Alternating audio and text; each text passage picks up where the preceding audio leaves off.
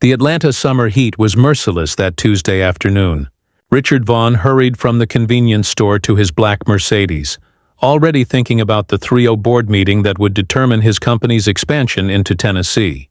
He loosened his tie as the air shimmered around him, started the engine, and backed out into the stream of traffic on Peachtree Street. He was halfway down the block when he heard it, faint at first, then louder. "Sir, sir!" Richard glanced into the rearview mirror. A young man in a Summit Market uniform was running after his car, waving something in his hand. Sweat poured down his face, his chest heaving in the merciless heat. But what caught Richard's attention most was the boy's right hand, wrapped in white bandages, spotted faintly with red. Richard slowed, rolled down the window, and the kid leaned in, breathless. "You dropped this, sir." He held out Richard's leather wallet, which must have slipped from his pocket inside the store. Richard took it, stunned. "You ran all that way, just to give this back?" Richard asked. The boy nodded. "I know what it's like to lose something important." There was something raw in his tone, something that lingered with Richard long after he drove away. That night, in his office high above the city, Richard couldn't stop thinking about the young man, the bandaged hand, the quiet pain in his voice. He pulled up the store's employee records and found his name, Jamal Reed, 19 years old, part-time worker. No complaints, no commendations, just invisible on paper. But the anonymous letter Richard had received 2 weeks earlier flashed in his mind. A letter that spoke of systemic cruelty at one of his local stores. A manager accused of humiliating a young black employee daily. A warning that someone's future was being destroyed in silence. Richard's stomach tightened. Could Jamal be the one? The next morning, Richard made a decision that would change everything. He traded his tailored suit for a plain polo, left the Mercedes in the garage, and slipped into Summit Market, not as the CEO of the chain but as David, a rookie trainee. No one recognized him. To the staff, he was just another nervous new hire. He swept floors, stacked shelves, and followed orders. But his eyes never stopped watching. It didn't take long before he saw the truth. The store manager, Carl, treated Jamal with open hostility. When Jamal arrived a few minutes late after his bus broke down, Carl barked across the room, "Figures, you people are never on time." Laughter rippled through a few employees. Jamal's face flushed, but he said nothing.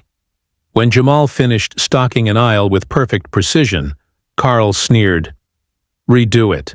If you can't handle basic work, maybe this isn't the place for you." Richard's fists clenched. He had led companies through crises, through multi-million-dollar deals, but nothing unsettled him like watching this young man shrink under the weight of constant humiliation. And then came the worst. Richard was in the break room when Carl accused Jamal of stealing. "I saw you pocketing merchandise," Carl barked, loud enough for everyone to hear. Jamal's eyes widened in panic. "That's not true. I would never." "Don't you dare talk back to me," Carl snapped, towering over him. "You're lucky I don't call the cops right now." Richard felt the blood drain from his face. This wasn't just cruelty, it was character assassination. And no one spoke up. Fear held the room in silence. Richard couldn't take it any longer. He stood ripping the trainee badge from his chest and dropped it onto the table. "My name isn't David," he said, his voice cutting through the silence. "It's Richard Vaughn, and I am the CEO of this company." The room froze. Jamal blinked in shock. Carl's smirk collapsed. "I came here undercover because of a letter," Richard continued. "A letter that warned me of racism and humiliation under this roof. And I've seen it with my own eyes. I've seen a young man, Jamal, do his job with honesty and respect, only to be mocked and accused like a criminal. That ends today." He turned to Jamal. "You have shown more integrity in a week than some people show in a lifetime. You deserve opportunity, not humiliation." Then Richard's gaze locked on Carl. His voice hardened. "As for you, your abuse of power ends now. You are terminated effective immediately." Gasps echoed as security stepped in. Carl tried to protest, but Richard silenced him with one look. The staff sat stunned. Jamal's eyes glistened as his co-workers, one by one, began to clap. For the first time, he stood taller, his shoulders lifted, his dignity restored. Richard looked around the room. This company will not tolerate discrimination. Not here, not anywhere. If you see it, report it. If you experience it, speak it. Because from this day forward, silence is no longer an option. That evening, as the Atlanta sun dipped behind the skyline, Jamal walked home with his head high. His hand was still bandaged, his body still tired, but for the first time in months, his spirit was unbroken, and Richard, the Undercover CEO, knew one thing for certain. The letter had not only exposed corruption in a single store, it had reminded him what true leadership meant, protecting the humanity of those who believed in his name.